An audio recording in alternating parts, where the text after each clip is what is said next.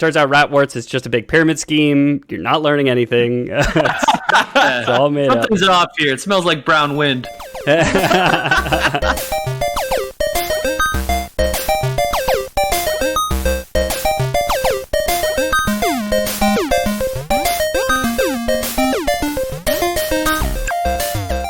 Lore boys, welcome to the jam. Come on and slam. Listen to the Space Jam. I'm your host, Ethan Palmer. With me today is... Hey, you. What you gonna do? It's James.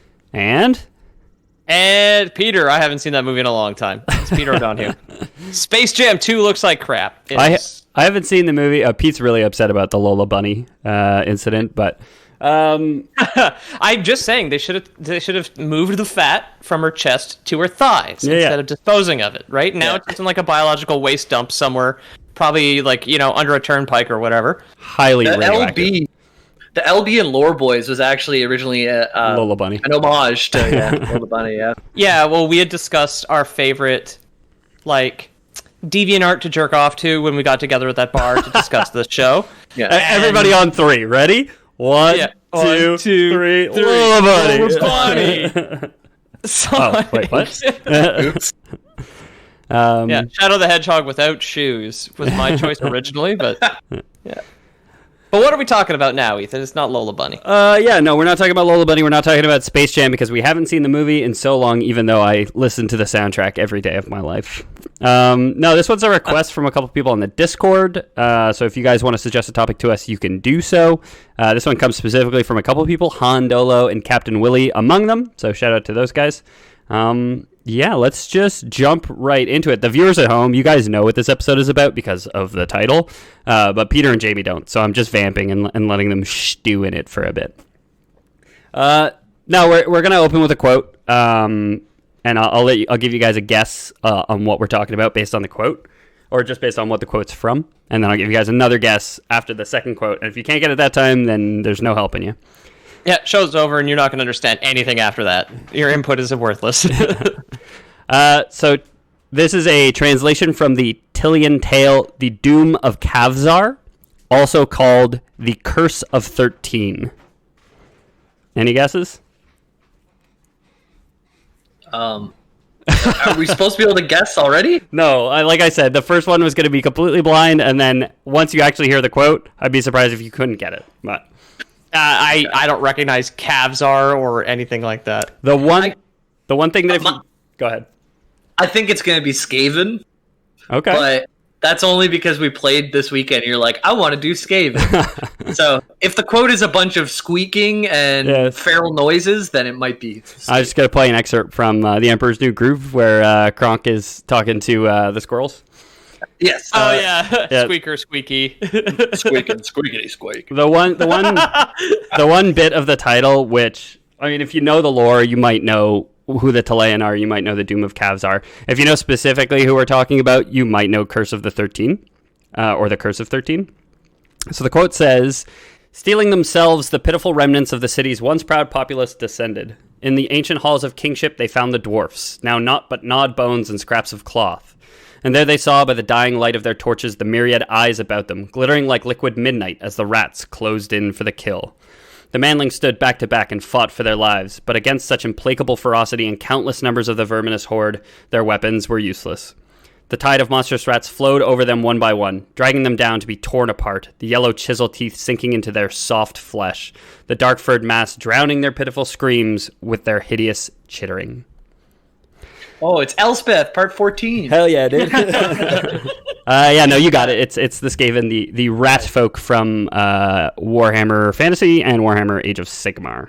I thought we were finally doing the mole men of the New York subway lore that had been suggested to us eons ago. Long overdue. Yeah. That's cool.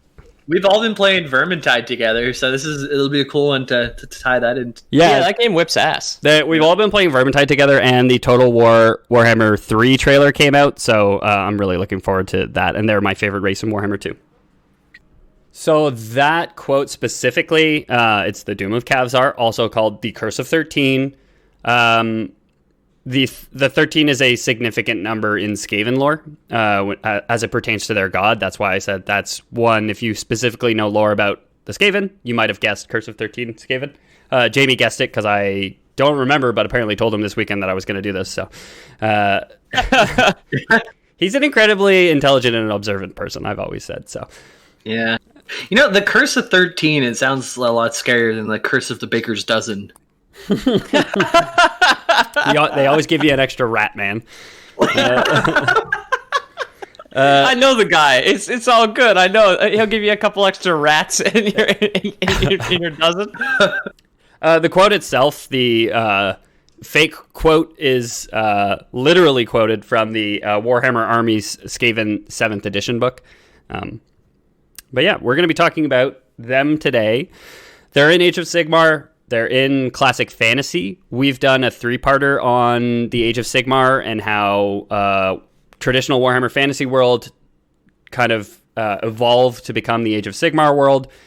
I don't distinguish them in this at all. We're not talking so much places, dates. I mean, we talk a bit about places, but no like dates, historical events, stuff like that. Kind of just broad strokes who the Skaven are.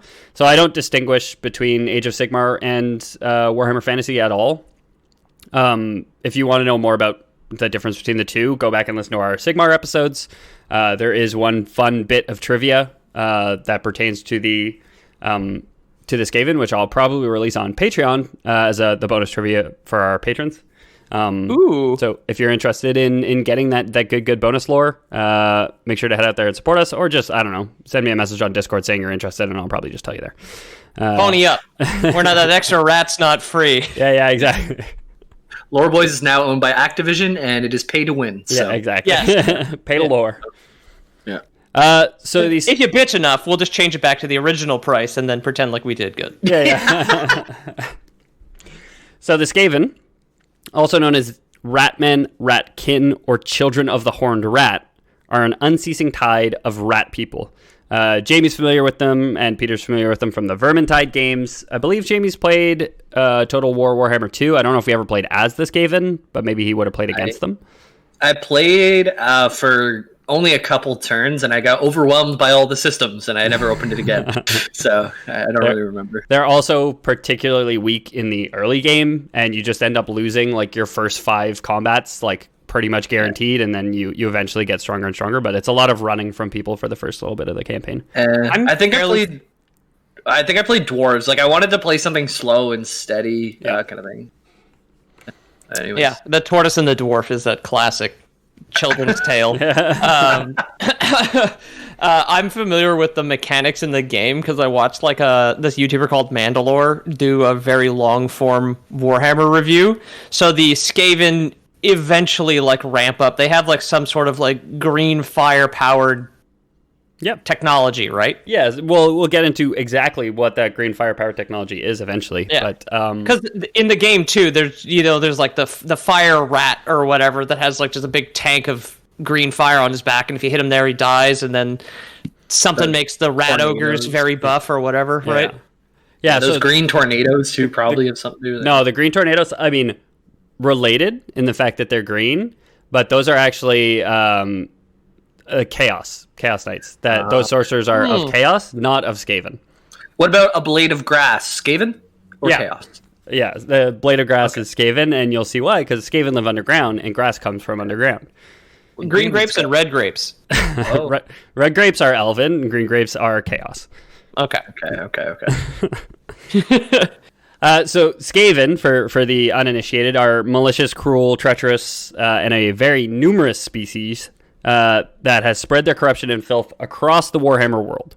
Deep below the ground, they build their empire from the runes and scavenge of other races. Their military prowess and sheer numbers constantly threaten to drown the surface world beneath a tide of violence and anarchy. They're kind of similar to the orcs in that they'd probably be a lot more effective if they were more willing to cooperate and work together. Like, they'd probably be unstoppable. But it's maybe the very nature of them being treacherous and so backstabby that makes them want to take over the world in the first place, right? Oh, it's trust no one, not even yourself. Basically, that meme of just like a rat man pointing a gun at his own back. Yeah, pretty much. Yeah. Okay. I always picture them as more of a hive mind. That's interesting that they turn on each other like that. I think they're kind of more like manipulative, like kind of cartoon rats. Like, let's talk about a Disney flop for a second here, sure. Which is top tier, The Great Mouse Detective. Professor Ratigan, okay? Very scheming, very treacherous, right? Yeah. Like, throws his own men under the bus, at a moment's notice, dumps that bat out, to make his hot air balloon go higher.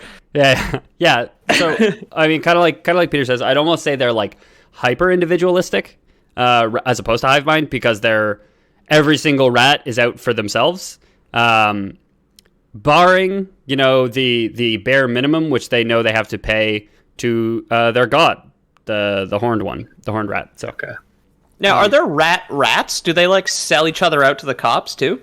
Yeah, absolutely they would. Okay. Like magic teachers, if there's like a wizard rat, and he knows for the good of the Skaven, for the good of the clan, he has to train new wizards, basically, right? Like he has to teach them the ways of magic. He will specifically try and like foster mistrust between his students so that they're preoccupied, fucking each other over, and nobody tries to kill him once they've learned enough power, essentially. Oh my God. So they're extremely scheming, extremely Professor Ratigan, always trying to get one up on everybody else. And Skaven, I mean, a lot like us, believe themselves individually and as a whole, as the rat people, to be superior to everyone else in every way. Okay, tenting their hairless little fingers like this. Exactly. Eating like week-old cheese in a ditch. They're so strong. Yeah, so much better than us. Yeah. Just wait until somebody puts peanut butter in a trap, then they're all over it, huh? So the peanut butter catapults in Warhammer like really break the game because the formations all fall apart. Exactly. So this kind of belief that they're better than everybody, it naturally leads them to think that everything should be theirs, right? Like they do have world domination in their sights. Of course, they have a god. But what could inspire such unwavering faith in a rat, right? It's horns, isn't it? It's horns. Yeah, that's exactly what it is. So okay, their god is known as the Horned Rat, also known as the Lord of the World Below and the Underfather. He's the supreme god of the Skaven, and he brooks no other gods before him. So where the four gods of chaos, Slanesh, Tzeentch, Nurgle, and Khorne, will tolerate each other to some extent. He doesn't tolerate them. It's thought by a lot of people that he's kind of like some version of a chaos god, just not one of the four main ones, but he really refuses to work with anybody else. Is he like just a demon, or is he like a legit god or demigod? Is a legit god for sure. He's just described as timeless, but we'll get into it in a sec. The god also has 13 secret names, which are known only to his priest class, called the Grey Seers. Those are the priests of the Skaven factions. The Horned Rat is all things that Skaven are, though when asking which came first, dirty rats or their dirty rat god, surely it was the god. Undying and eternally scheming, this cunning deity patiently awaits the day of the Great Ascendancy, when his children will swarm across the face of the world, devouring it from within. In the Total War Warhammer 2 Vortex Campaign, you're basically trying to bring that about, and you're trying to harness the powers of this thing called the Vortex to summon forth your god, to create a giant bell that will summon your god to this realm, and then you and your Skaven brothers will overcome the rest of the races of the surface. Oh, I remember this getting mentioned in the Vermintide 2 tutorial. Probably him. It's like the setup. It's all sounding very familiar. That I think I played the beginning of that game with Bobby very drunk. So there's a lot of bells with the Skaven. There's a lot of horns with the Skaven, and there's a lot of rats with the Skaven. I just looked up the Horned Rat, and he looks pretty damn cool. He's got these big old twisted horns. I mean, he's got like the green triangle on his forehead that looks like the Vermintide logo. That's the symbol of the Skaven, essentially, and it's derived from him. It's an abstracted slice of Subway pizza that it's tattooed on his forehead. Exactly. If he didn't look so evil, he almost looks druidic, but he's too evil looking, like a chaos druid or something like that. The Warhammer art is always super, super cool, but there's some really good renderings of him. And I also love like all the motifs of like these giant bells that like the bell that they build in Total War Warhammer 2, which is just like the size of a building to basically summon their god to the world, is just, it gives me chills every time I see it.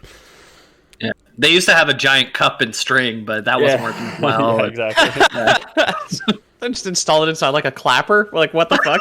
Just repurpose it. So the Horned Rat is infinitely patient, an insidious evil that gnaws on the edges of reality since the earliest times. So this is kind of reference to him being an actual god. He's always been around. Whether he created rats in his image or he's come to take on the image of a rat, impossible to tell. Okay. Worship of the Horned Rat, is not subject to debate. All Skaven revere him. It is fear which drives them, for the Lord of the world below's viciousness does not spare his vermin children. He is a angry, petty god, and he will kill Skaven if he feels like it. How can he manifest? Can he still manifest without the bell? It's just like, or just like he causes unfortunate accidents or something like that. The bell is like literally to like draw him physically forward into this realm. He still has immense power as a god of the realm, right. But it's kind of through the winds of magic and chaos that he does so. But yeah, he definitely has a lot of power, especially over the Skaven who believe him. It seems kind of like where belief is strong, power is stronger as well. So okay, yeah. They say if you see one vermin or one Skaven in your house, that somewhere deep down there is a horned rat, like underneath your exactly. There's hundreds of horned rats somewhere. Yeah. So you're a good God-fearing rat boy. I am. You're gonna pray to the horned god every single day. Each utterance, each prayer will be that of hate, envy, or malice. Kind of, your choice, depending on how your day's going, what you got planned for the day. Of all gods, the Horned Rat is known to directly answer the prayers of his worshippers. So you might pray, I hope, Jamie gets a goiter. And the Horned Rat might actually just straight up deliver. And give What's Jamie. A goiter? It's like a benign tumor on your neck, in the glands of your neck. Oh, those things. Yeah. Why did you think of that? Why are you wishing that on me? I'm not. Peter is. Peter's the rat boy praying to the horned god. I don't remember. I didn't know what a goiter was either. I would probably wish for something equally as benign, but not like right under his face. That's ridiculous. Sure. Festering boils on the nipples then.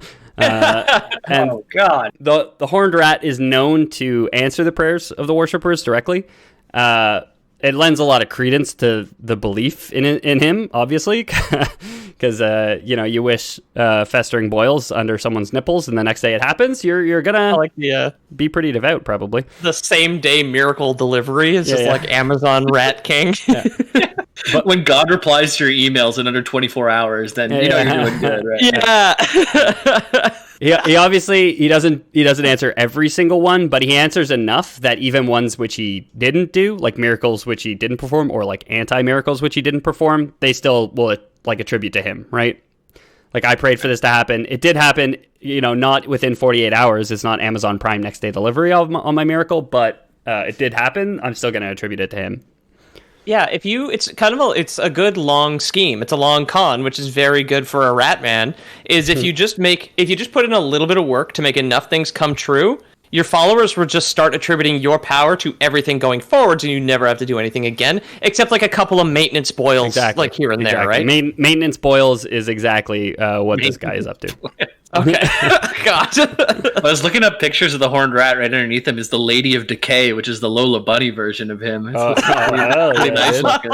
Yeah, but her tits just like slid off her body after she rotted away, right? It wasn't Warner Brothers that took those. Well, in Warhammer Fantasy, she was busty up top, but then in Age of Sigmar, when they rebooted it, it was they got rid of dump truck. Yeah.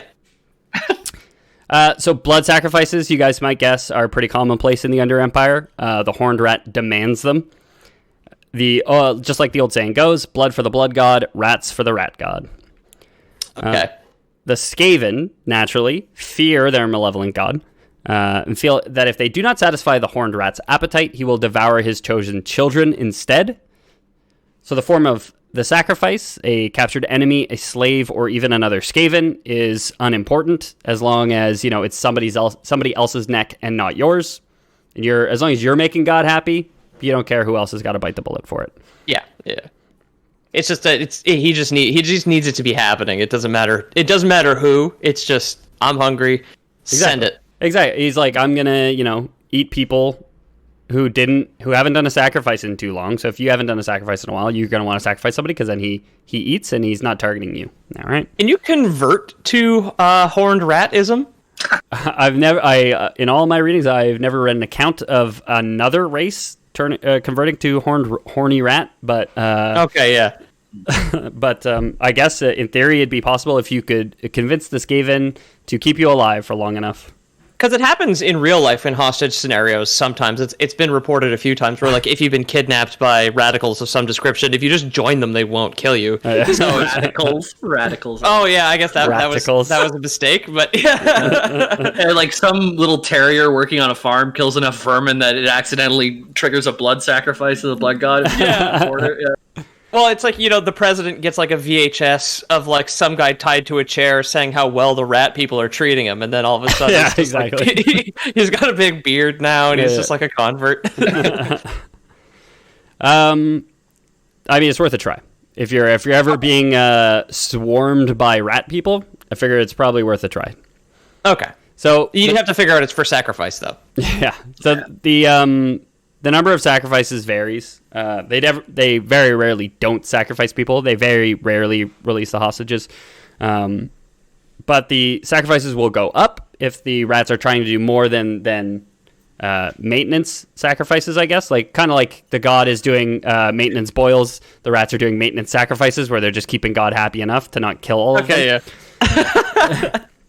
But if they're trying to do more than just keep the bloodthirst at bay, they'll increase the numbers. Basically, they'll pump those rookie numbers up.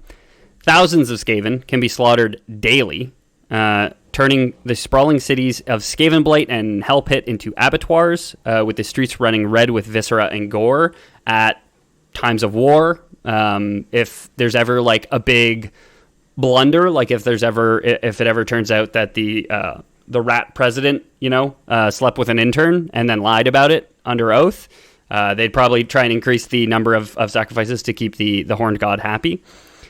Like the horned god is gonna like leak those documents to the rat media, so just to keep that quiet. Exactly. And it keeps going too. So they could be at war, and daily sacrifices will be up. But if they ever like lose a battle, that'll also increase like a sudden spike in sacrifices just to keep themselves safe.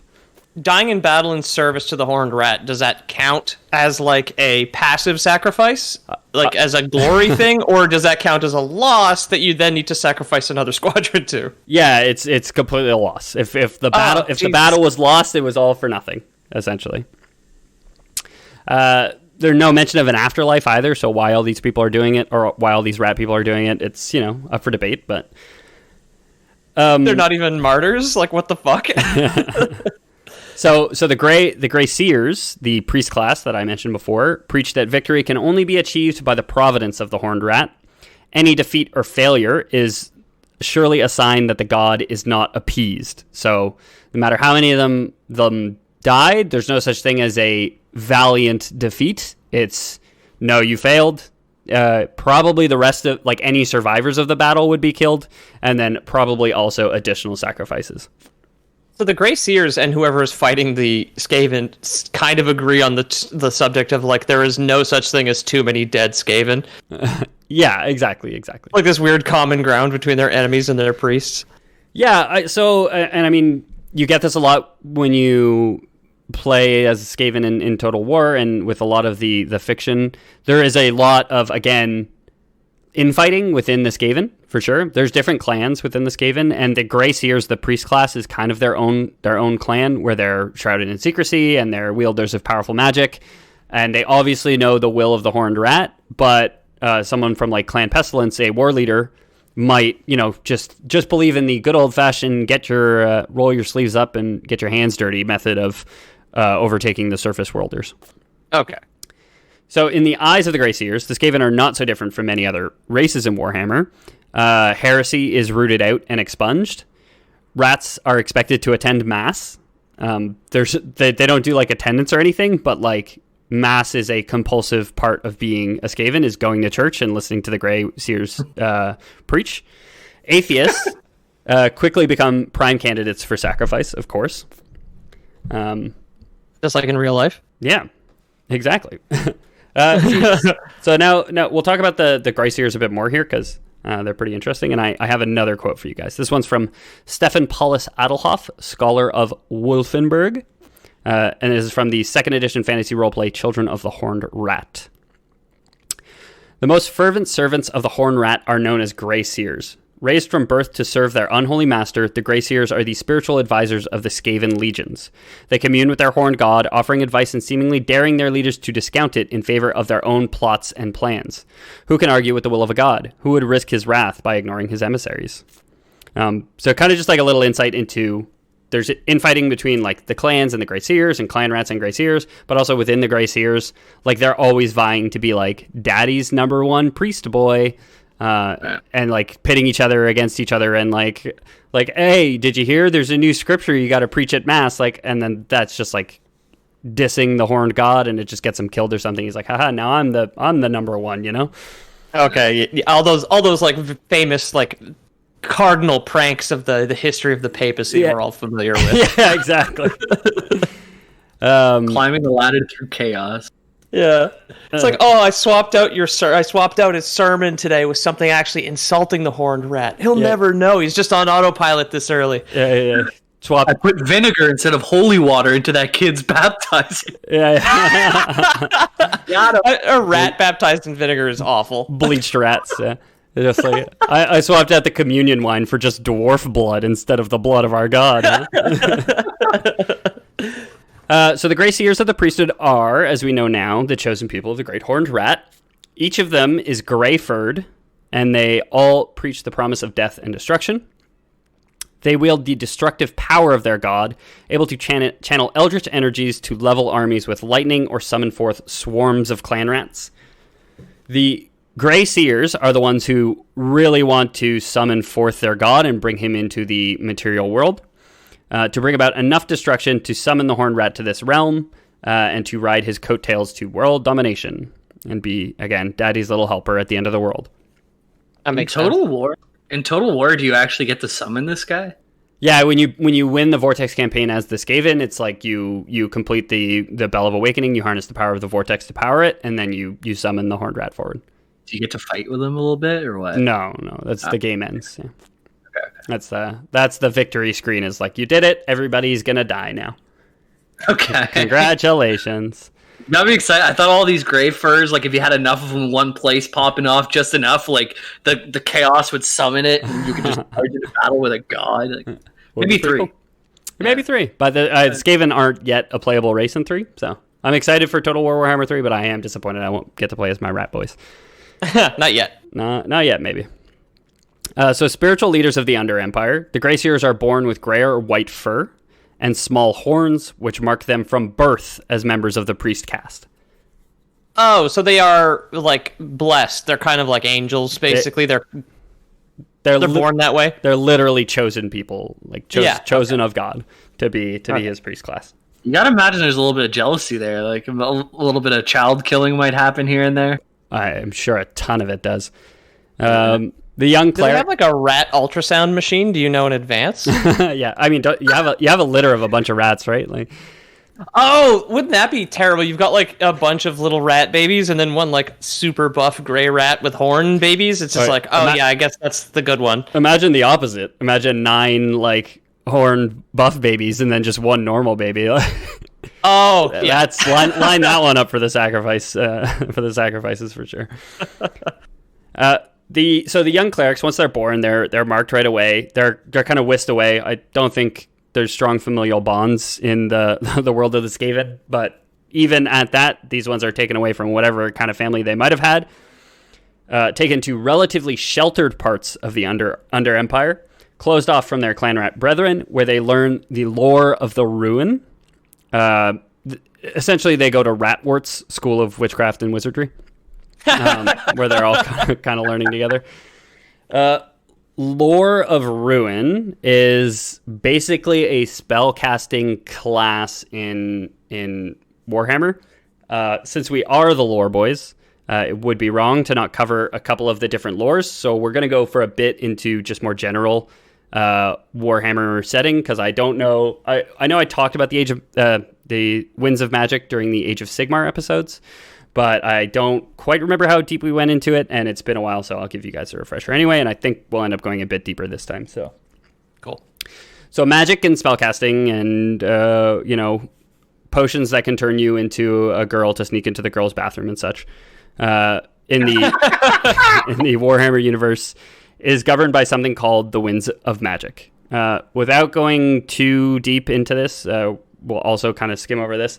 They're called the Winds of Magic are called Aether in Elven, or like Aether, or simply just magic by the layman. Nobody in the day-to-day would call them Winds of Magic. It's very pretentious. Yeah. You'd say it if you were like reading a book at a cafe. Exactly. Right? And then the rat waitress comes to ask you what you're reading. You're like, it's the Winds of Magic. Yeah, exactly. But if you're at the bar with your homies, you're just calling it magic. You know what I mean? Yeah. Okay. I cast a wicked spell the other day. Can't wait to get back to that. So the Winds of Magic, they're invisible currents of energy flowing across the mortal realm, seeping through from the realm of chaos. This invisible force can be harnessed by those attuned to it, and a skilled sorcerer can manipulate the very fabric of reality. The winds enter our world through two gates to chaos, located at the north and south poles, and the winds flow towards the Isles of Ulthuan, where the excess magic is drained into a perpetual maelstrom known as the Vortex. So the Vortex Campaign from Total War, it's literally where like all magic goes to die, return from whence it came, whatever, just be used up, be expended in this. It's like basically like a hundreds of kilometers wide storm that just rages perpetually at the center of kind of like this ringed island. That's where it all goes to dump. And so in the Vortex Campaign, everybody is trying to harness that power for different reasons. Okay, cool. I thought it was like a Skaven specific thing, because like a rat drain is a very like sewer themed thing, or a magic drain is very sewer themed. So the fact that the rats kind of worship that is on brand. Yeah. They don't worship the Vortex in the campaign. They actually get an omen that tells them the time is right to make an attempt at the Vortex. They understand it's a lot of power, but they don't necessarily worship in any way. It's a tool more than anything. Oh, okay.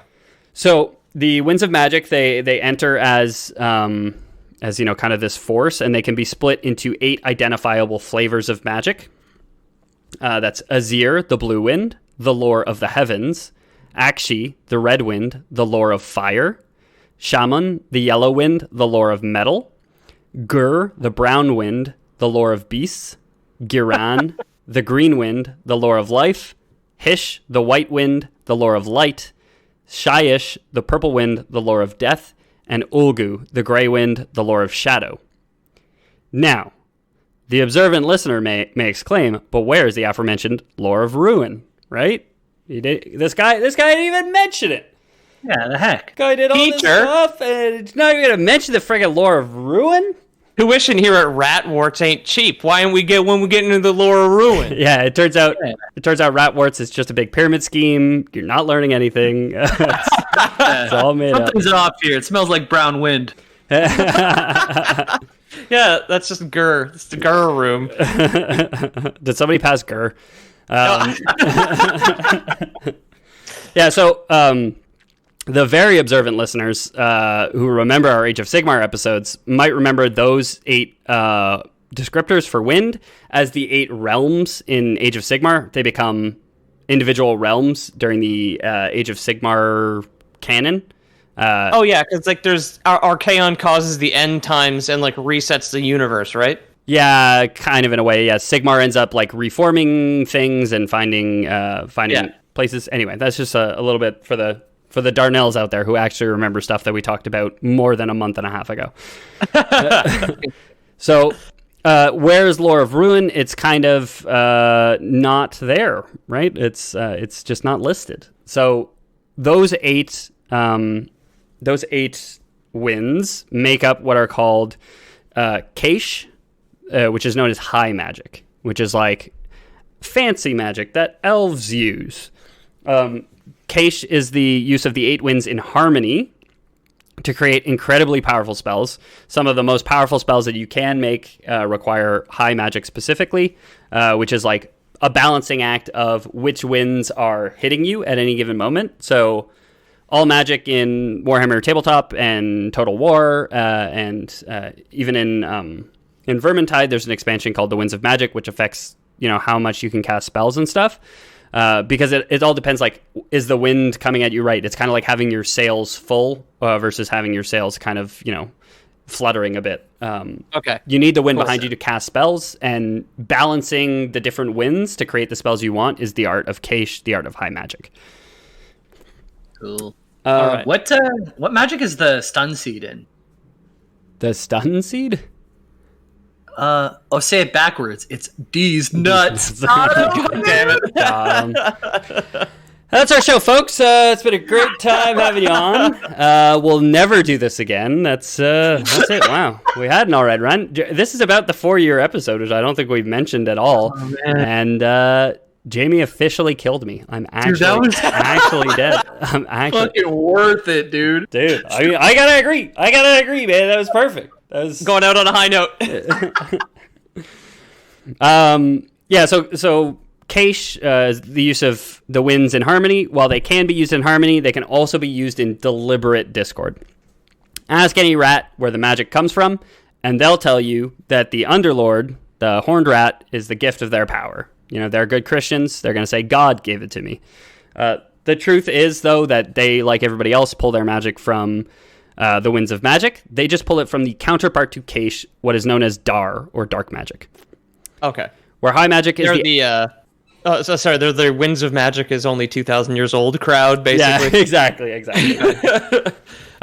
So where high magic is the... Oh, sorry, did I read that? No. High magic is the act of using winds in a balanced, focused manner. Dar is reckless. It's just like pulling whatever winds at you at any given time, and your spells come out all messy and disformed, usually at terrible cost to both the caster and the people being casted on. It's unbalanced, grasping, and usually dangerous for friend and foe alike. While Keish is the perfect balance of the 8 winds, Dar is the rough and forceful mashing together of 8 winds into something workable. Okay. Keish is like Michelangelo with a block of marble. Dar is like a 3-year-old with 6 different colors of Play-Doh at his disposal. Just getting all those things rolled together into one bad boy. And you end up with one wad of Play-Doh in the middle of the room. Exactly. Mashed into the carpet.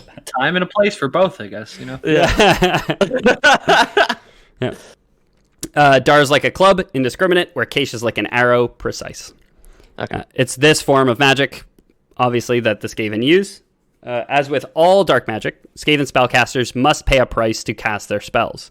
Horrible mutations, deformities, and sicknesses go hand in hand with casting spells using Skaven magic or really Dar magic at all. That's why Chaos Warriors tend to be these like bloated things with these horrible tongues coming out of their side of their head and everything. It's because they're being deformed by the very essence of raw, unchanneled magic. The Skaven government started to put labels on like dark spell books where it's just like it's like a picture of a guy with 2 tongues, and it's like the warning on a pack of cigarettes. A guy with 2 tongues. Yeah. Using Dar might make you popular with the ladies, I guess. Oh. What? These nuts, James. That's what. You got me. I got it. Just a quick aside. Show's still on. I may have mentioned this in the past. I know a guy who works for the or used to at least, the photography studio that made the photos that the Canadian government would put on packs of cigarettes. Oh yeah. Huh. Yeah. Just taking pictures of diseased people's throats and such. So some of them were props, and like Yeah, exactly. So Jamie's got one on screen here. It's just a guy that's like a real dude who has the throat surgery, but it was just like taken in a studio. And some looks of them like are props. a woodworking teacher or something. Yeah, it looks like a shop teacher for sure. Yeah. Actually, this is a pack of smokes. I bought it 2.5, maybe 3 weeks ago, and I haven't opened it. I stopped smoking, but I have it it's like a safety net. Well, it's there. Now that we're talking about it, everybody who's listening to our show while driving and who also smokes is pulling out a cigarette. So enjoy. A little inconsistency in the lore, which I wasn't able to needle down on. We got the lore of Ruin. I think this might be an Age of Sigmar versus Total War Warhammer Fantasy, but I can't figure out where the split happens or which one's which. So in like Total War, for example, it's the lore of Ruin. In the 2019 Battle Tome, it's called the lore of Ruin. But in other versions, it seems to be either broken down into 3 separate lores, or they just don't mention the lore of Ruin in those ones. It might be a newer edition. I'm just not sure. So the 3 other lores of Skaven magic is the lore of plagues, the lore of stealth, and the lore of the warp.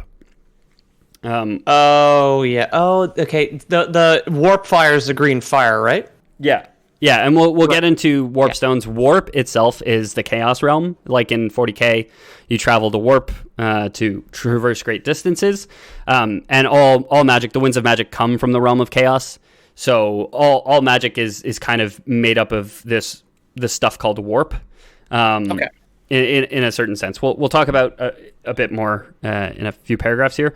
I couldn't tell whether Ruin, like I said, is another name for warp, is a 4th one all on its own, or if Ruin is kind of a catch-all term for the 3, plague, stealth, and warp. Don't need to worry about it too much, all to say. Okay. Yeah. If somebody at home knows... I've been harnessing the lore of boys, which actually makes you breathe out your nose on your way to work. There you go. What? Because you're laughing. Yeah, it's a small laugh. Oh. It's not a ha-ha laugh. It's just a... Yeah. Okay. I'm working on it. I gotta get my sails in the right direction. So maybe I'll get it. I do appreciate that Peter attempted the breathe out through the nose, like that was going to come through on the audio medium. But... Yeah, my pop filter stopped it, so it was a good test. So I guess if anybody at home, and I'm sure somebody does know the difference between Ruin and the other 3, you can let me know on the Discord. The lore of plague is, as you might guess, used by plague priests of Clan Pestilence.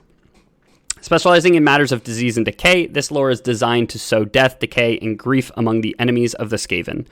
As a mortal succumbs to a lore of plague ailment, they will exalt the power and majesty of the horned rat as a bringer of plagues.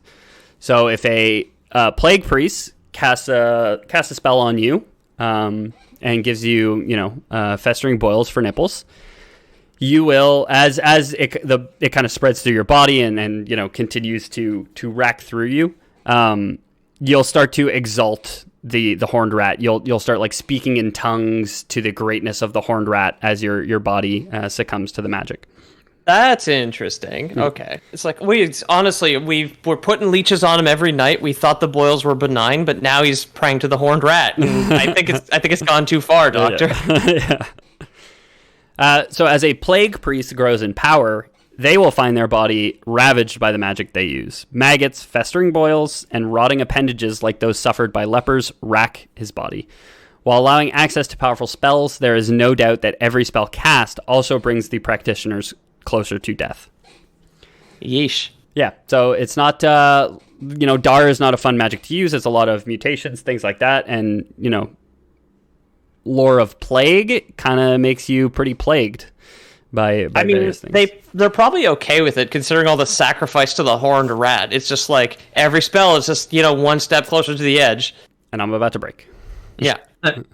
In the Steven Erikson series you read, I remember there's this one character, I can't remember the context of it, but just channeled way too much magic and like the wrong kind, and it was kind of like a melted mess with like mangled arms and like an eye sticking out the side. And yeah, that's a lot of the Crippled God. The Crippled God is the name of the god in that series who He's kind of like anathema to magic in a lot of the same ways that the Horned Rat or Chaos would be. And people, when they use his magic too much, same thing. They just like destroy their bodies because he's from a completely different reality and existence, and it's just like breathing straight poison. It's like when you're smoking cigarettes, dude. You look real cool whenever you're in grade 11, but by the time you're 40, you got a wallet for a face. So the next lore is the lore of stealth. It takes less toll on the users, or very little, I should say. This is a weird one. It's used by it's used by the clan known as Clan Eshin. It's used to augment stealth, speed, and strength of foot soldiers. It seems to be like buffing magic. The secrets are closely guarded by Clan Eshin, so much so that few know if it's actually magic or if it's just like they're ninjas and they're really good at being ninjas and that they have good training camps. You know what I mean? Oh. So. I like that. It's the Master Splinter one, basically. It just makes assassins. Can they turn invisible or anything? Or yeah, so I mean they can. There is actual magic that goes in hand with them. Okay. They do run faster for sure. It's the arms out behind them, like Naruto. Like Naruto, exactly. Yeah. That's the secret that they won't share with the other rat clans. Yeah, David Blaine. He could stay under the water real long. Real magic or training? David. What kind of rat is David Blaine? So finally, the lore of the Warp is the true domain of the Grey Seers. This is kind of why I thought it might be another word for the lore of the Rune, because it said the Grey Seers train in the lore of the Rune. Lore of the Warp allows Skaven sorcerers to cast spells from either of the other lores, so lore of stealth or lore of plague. Grey Seers can cast spells from those lores, as well as harness some unique spells. The older and more practiced a sorcerer of the lore of the Warp becomes, the longer their horns become, and the more dependent they become on something called Warpstones.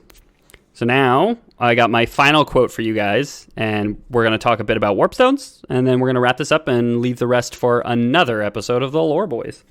Ooh. Cool. You mean that when you threatened to end the show with D's nuts, that was a jape? You were lying? Well, then I said D's nuts back to Jamie, and I said, you know what, the show's back on because I got sword balance. Yeah, exactly. Sword balance in the world, everything is fine. Yeah. Every time you use a D's nuts joke, you shrivel up a little bit inside. Yeah. Every time I use a D's nuts joke, I get a new mole on my back.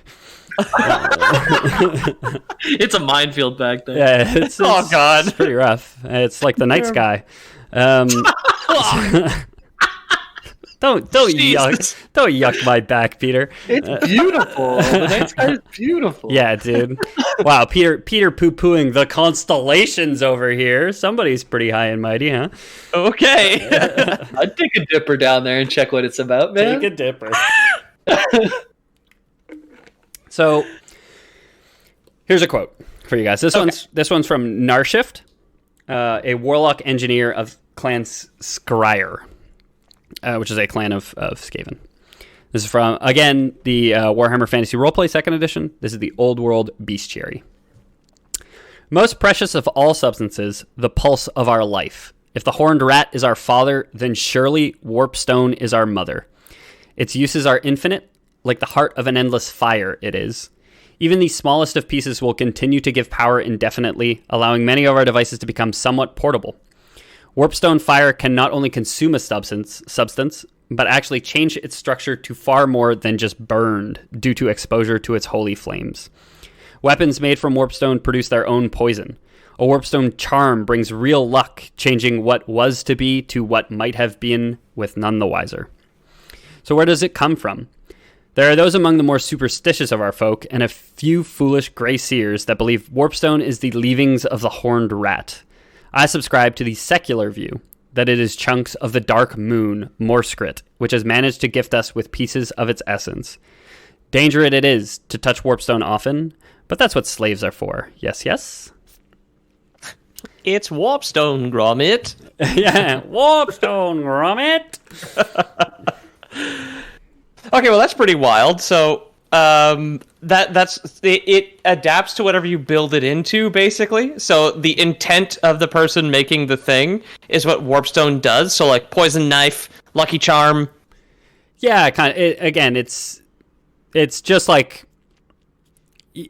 it's able to be used in a ton of different ways, and the truest nature of it is pretty indeterminate in the canon. So it can do a whole lot of stuff, and it glows pretty green. So all the green tech that you see in Skaven technology, that's all Warpstone that's being used essentially. Yeah. I do love that he describes their technology as somewhat portable. So they've reached the World War II backpack cell phone basically, and pretty it's much. Just like, yeah, it's pretty good. Is it only like wieldable by like those who have that type of Dar magic? Yeah, so pretty much it's kind of concentrated magic, like you're mainlining the winds of magic whenever you use this stuff. It seems like it's probably just highly toxic to most other people. That, like he says at the end, that's what slaves are for, is to collect the Warpstone, because you can't touch it too much or it'll just give you those kind of festering boils, the sickness, because it's not organized like Keish, like the ordered magic, high magic. It seems to just be like raw, jammed into Play-Doh into the carpet. But while they're mining it, it's just turning it into whatever they want it to be. So it's like you hit it with a mining pick and all the rubble are tiny mining picks. Or... Yes, finally. Enough mining pits for my brethren. But they're little. They're like keychain size. Yeah. It's an army of rats, I guess. Right? Just get smaller rats. Even are to scale. They're rat size. So after leaving the polar gates, some magics do not make it to the vortex. Some of the energy is too potent to be divided into winds by contact with the physical world, and instead hardens in a glowing green crystal. Again, anybody familiar with the look of the Skaven, there's a lot of green in there. It's all typically Warpstone that makes that green. Oh, okay. And think of, I guess, the Winds of Magic, like the album of Dark Side of the Moon by Pink Floyd, with, the pure white light coming out of the polar gates as just white light. When it hits the material realm, that's the crystal, the diamond, and it refracts into the 8 winds of magic, the 8 flavored winds of magic. But some of it, that white light, is just like too potent, too strong to be divided. It won't split apart, and that usually ends up forming into this residual warpstone, essentially. Okay. So it's like waste magic, basically, that crystallizes and like collects like underwhere it divides. Yeah, I don't know if I'd say waste because it's never really used, but you got the gist of it right. Like that's the sense of it. It's just like a different form where it's kind of coalesced into this highly usable type of magic, but like so concentrated it's dangerous. Okay. Don't eat too much calcium, or you get warpstones, so you have to pass them. Exactly. Yeah. So Warpstone is obviously exceedingly rare and highly sought after because of its uses in Magic. Skaven aren't the only race to use it. They're usually like the evil races that are using it because they're the ones using dark magic. There was one account of a dwarf who uses Warpstone to create a crown and instantly is like, well, this was a fucking bad idea, and builds like a mega vault to seal it away for all time because it's an instrument of terrible destruction. As soon as he builds it, he's like, pretty great. every dwarf doesn't, like, the dwarves don't trust Warpstone. They don't use it, all this stuff. And then one dwarf is like, no, I think I can handle it. And as soon as he was done, he just like leaves the shop. He's like, whew, do not go in there. You guys were right. Terrible idea. Yeah, so made of undiluted source of the undiluted source of all magic, magicians, alchemists, sorcerers all seek out Warpstone for its abilities to turn lead into gold, to heal the sick, and to implement microchips into people's arms to make them into cancerous 5G hotspots, of course. Of course, yeah. Like us. Yeah. So Warpstone is, at its core, coalesced dark magic. It's specifically not Keish light magic because it comes through basically already blended, already made into soup, and like I said, it never splits when it coalesces. So you don't really find Warpstone of like the good equivalent of Warpstone in the world. Okay, it seems like magic is just like way too powerful, and hitting the prism of the natural world like filters it out a bit. So you know, it's like you can't drink pure alcohol because you'll go blind. But if you like filter it down a bit, you water it down, then it's better. Whereas the Warpstone itself is basically like 99 proof hillbilly moonshine, And that's why the rats love it. It's like there's basically like a sift at the top of the world where the magic is all pouring out, and there's like some holes. Yeah. There's a lot of holes in the sift. Like it's old, it's used, and like the force of the magic coming through keeps punching holes in this sift. And where the holes are punched, it comes through as like pure warpstone, and the rest of it manages to sift it properly into its different aspects of magic. Right. Ew. So it comes through very often powdered, like it coalesces, but it's extremely, extremely fine. It's like dust. Powdered warpstone is sometimes brought south on unnatural winds, carrying with it a terrifying storm of dark magic that wreaks destruction and chaos. It's basically a evil sandstorm. Digga digga digga damn. Yeah. Is it not those tornadoes that Jamie was talking about earlier? Does it? No, I mean those seem to be spells cast by the chaos sorcerers. It's probably directly tied to it because they're using Dar, so the same kind of essence. Right. Okay. Maybe inspired by it, but yeah, they're naturally occurring. They're not brought on by anybody. Just like enough sandstone particles get caught in a gust of breeze, and they're creating the sandstorm. But because they're so magical and there's so much magical energy in one place, it can like bend and alter reality where it passes, right? Like it can just like shred things and cause general havoc. Darude, more like. Yeah. Much more common than spreading on storms. It seems the warpstone seems to get up somewhere pretty high, and then eventually will fall back to Earth in the form of meteorites that have broken off the Chaos Moon Morsleb, called Morskrit by the Skaven. So the secular view that Narshift, the warlock engineer of Clan Skryre, had seems to be the correct one, where there is a green moon in Warhammer Fantasy that sometimes appears, and it seems to be that's the source of all warpstone, or the major source of all warpstone on the world. Is it seems to collect on this moon and then periodically break off and just rain down magic rocks.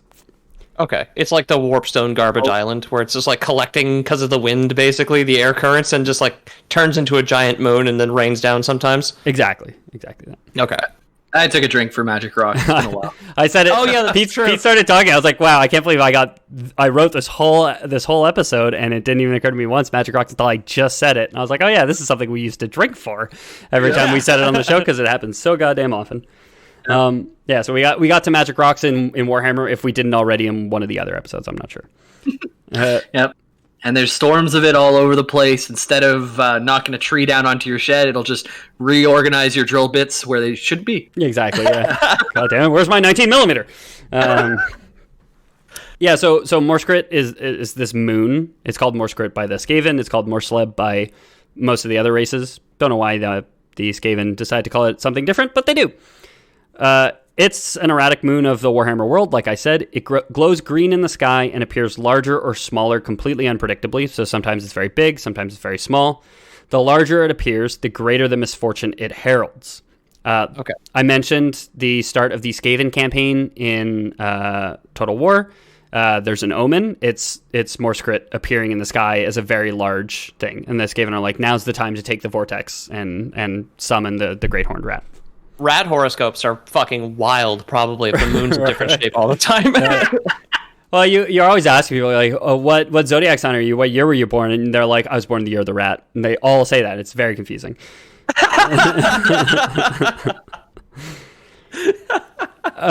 So the Skaven believe, it's part of their belief, that the moon is made entirely of warpstone.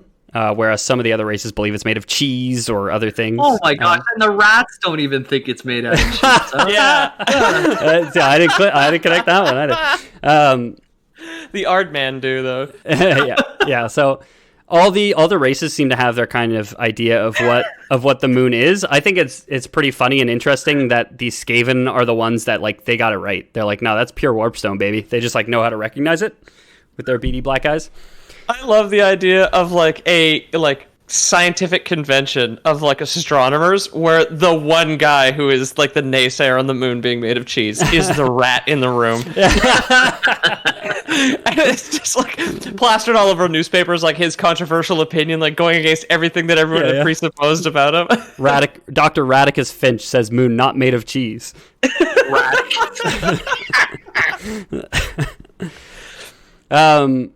So to the Skaven, Morskrit is a symbol of the horned rat. It's there to reward his children. It rains down, magic rocks, which give them power occasionally, which just proof pudding. That's pretty good. Like that's not even like a religious thing. Yeah, right.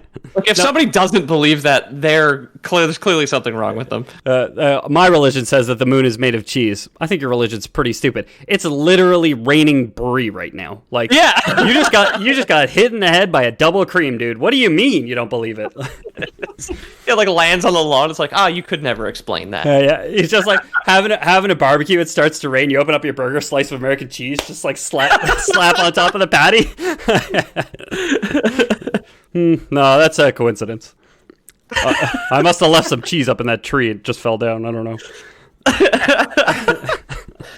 Go brush all the cheese off your car in the winter. Yeah, yeah. Chipping it all off. Yeah.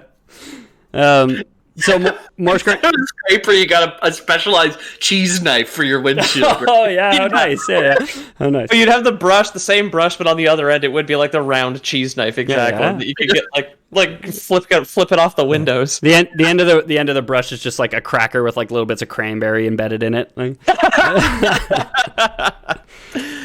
Morskrit plays an important part in the Skaven celebration of Vermintide, which is a celebration where they all gather every year in the undercity of Skavenblight. All the clans get together for the Vermintide. That's why you recognize the green moon and the bells from the start of the Vermintide tutorial. I think in Vermintide 1 they maybe show the moon more. I don't remember specifically. It's been a long time since I played. So, to the Skaven, Warpstone is the gift of mana. It rains down from the sky and drives their society. In the Skaven Undercities, Warpstone is used for many things. It's used as an additional source for their twisted magic. It's used as a battery for their machinery. And it's even used as a key ingredient in breeding and mutation experiments. So they are literally crushing this stuff up and railing it off of each other's dozen rat titties. Oh. God. Now, quite a thing, rat parties. Because they live in the undercities, right? Do they mine up to get it when it impacts the ground? Yeah, pretty much. They basically send people up to collect it. That's true. They have the slaves. Never mind. Yeah, slaves, clan rats, stuff like that. They'll go on like raids up to the top. There's other forces like the forces of chaos, things like that, who will be probably competing for it. Right. So then that's when you'll get like conflicts between the chaos and the Skaven. At most is fighting over scraps of Warpstone, essentially. The Skaven usually come out at like 3 a.m. when everyone's sleeping, and then if someone turns the light on to go to the bathroom, they scurry back to their They all scurry, yeah, exactly. Yeah, don't leave your Warpstone out on the stove overnight. Yeah, exactly. You open your cupboard and there's one in there just like chilling in a pot. You're like, son of a bitch! Knocked it off the counter between the fridge and the counter, and you're just like, that's just there forever now. Yeah. So yeah, they like to party with it. They will use it in kind of like experiments to try and create, more powerful Skaven, see if they can get Gracie or stuff like that. Let me put some on my. Let me just put some on my rat condom here. I maybe it'll give a nice tingling sensation. We should experiment with it sexually. Yeah. It feels like I'm getting boils in my nipples. So actually, I have a funny story about a friend of mine here. Quick aside. Okay, sure. I don't get the transition, but I'm here for it. Yeah. Rats and fucking make me think of my friend. He bought some kind of like his and hers hot and cold mixed of sensations lube. Sure. At some point, that was supposed to, just like give the guy one feeling, because I think it was supposed to like numb the dick and then like make a tingling sensation in his girlfriend's vagina. I like sex, but do you ever feel like you just feel too much? Yeah. I wish it was less intense, Like I don't really understand, but it was like a Trojan brand, his and hers. Like sure. I remember seeing the bottle, like he showed it to me afterwards. Okay. Turns out the chemical reaction is not good for the human body, and his girlfriend was like sick in quotes for something obscene like 12 days. Wow. Oh my god. Yeah, it was like a science experiment, like one of those volcanoes they built down there, right? Yeah, exactly. Yeah, he put baking soda on his dick to minimize the sensation. It did not interact well with the acidity. Yeah. I think he listens to the show, so like that's why I didn't use any names or anything like that. But if he's listening to the show, I want him to know that I still remember that fucking story because it's one of the funniest things I've ever heard. Just like my buddy whose grandmother told him his ex-girlfriend had a new boyfriend. Oh, thanks, Grandma. Yeah, burns worse. Chemical burn to your genitals, or your family members telling you about your love interest finding a new boyfriend. Sick burn. I'm gonna say chemical burns. Yeah, both sick burns. So the Skaven, in addition to using it as lube for their condoms, they'll also incorporate pieces of Warpstone into their armor and jewelry to create powerful magic armor and jewelry. It's used in magical potions, deadly poisons, and it is even so ubiquitous that Warpstone tokens are traded as a form of currency. Okay, so they use it for... They have an entirely like Warpstone-based society. Yeah, like really, it's like it pervades their society in every sense, and in a lot of ways, it kind of makes them one of the more magical races, even though they're not known to have particularly strong sorcerers. It's just the fact that like they're all exposed to it so often, they probably just have like a lot more like latent magic, I guess. Right. But I think that's a good place to probably wrap this one up. I'd love to do more on the Skaven. I'd love to do, the Lady of Decay that Jamie mentioned, maybe some like actual history, like get into some timelines and their interactions with the other races. If you guys want to hear that, you can let me know on the Discord. If you want to hear something else, you can let us know on the Discord. Thanks again to Handolo and Willie for the request. There will be more to come soon. And yeah, if you need a link to the Discord, there is a link in the description of this episode, or you can go to loreboys.com/about to find all our contact info. Don't message us on Twitter because nobody will see it. I check like once a month to clear the notifications and like people's posts that were tagged in, but like I truly hate Twitter as a service. I check when we get the email saying somebody sent you a direct message. Then I'll check Twitter. Us and like some old guy are the only people on Earth with email notifications for Twitter still turned on because it's the only way we get the notices. Yeah. So thanks so much for listening, everybody. If you like the show, you can support us financially at patreon.com/theloreboys. Everybody who has ever donated, you mean the world to us. Everybody who happens to be married to somebody who donates, you mean the world to us too. And if you want to just talk to us and hang out, you don't have the cash, you don't have the capital, come join the Discord. We're not always on, but we're on a heck of a lot, I'd say. And it's pretty active these days. A lot of talk about comics and stuff that we three don't understand at all, but people sure seem passionate about it. Throughout this episode, I think they're posting like things from the Star Wars canon that just didn't make the cut, and people are saying it's interesting stuff. Again, I'm not super into, but I'm really cool. I'm really happy with them having their convos about it. Exactly. Yeah. If you want to join the convo, start your own. Head to the Discord. Pete and Jamie, is there anything you guys want to plug? Yeah, you could go at Lore Boys Podcast on Instagram. That's where you can get your title cards. That's where I get a lot of messages as well. And then just, of course, redirect. I just deflect to the Discord. I'm like, they'll babysit each other. I don't want to do this. And then you can also check out my publisher, which is Squared Idea. Things coming down the pipe. That's all I can say right now. That's it. All he can say. Yep. Oh, Peter, can't you tell us a bit more? It's about dinosaurs. It's just not out. That's it. It's done. Very cool. Very cool. Yeah, get in that Dick Sword. I have Switch. I have Discord, but Steam. You switched the C in the S. Oh.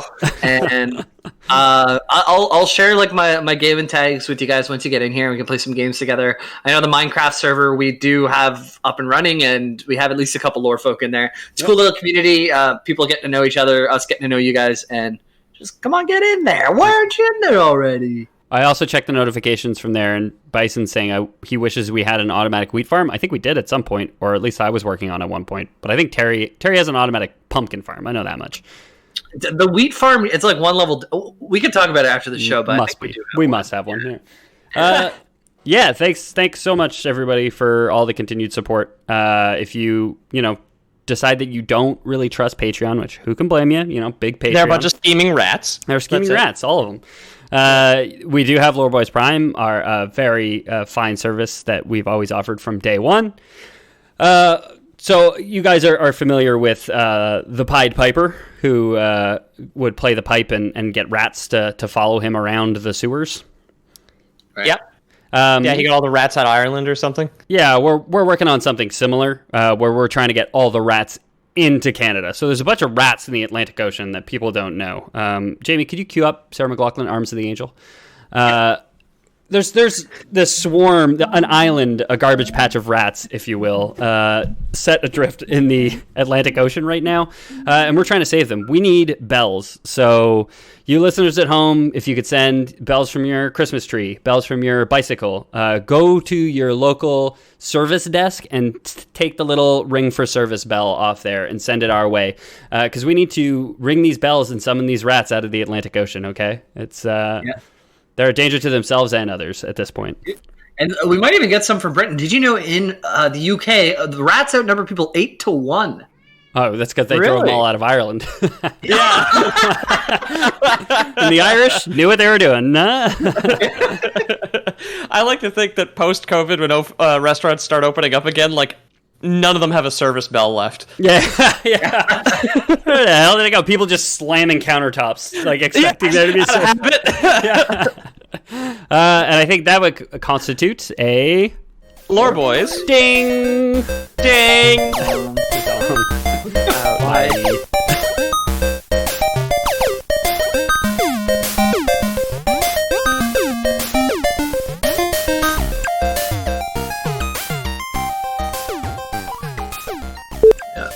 My Canadian lobby. My name's Ethan, and I'm but one of many Marcuses from Montreal. That Marcus from Montreal is pretty sweet. And then he had a friend from Toronto, and then there was me, and then the other guy was from New Jersey, which is kind of close to Canada. Yeah, quite close. My name's Pete. I've never been to New Jersey or New York City. I've been to New York State, though. I have rich relatives in Syracuse. Wow. I've been to New York City, and the first time I went to New York City, we stayed in New Jersey because it's significantly cheaper. Yes. But the rich people, they look across the water at flashing green lights or something. I read that. That's Long Island you're thinking of. Oh, okay. Yeah. Don't forget it, and it's like above the titles that we're going to review at the end. Yeah, we're totally going to review so many titles like Lore Boys with big butts and they cannot lie. Are we sound checking, or are you just talking like we're sound? Oh, hello, I'm James. That was good. I know that big butts cannot lie. I'm much more of a fan of lying eyes. Watching you. Yeah. Fair.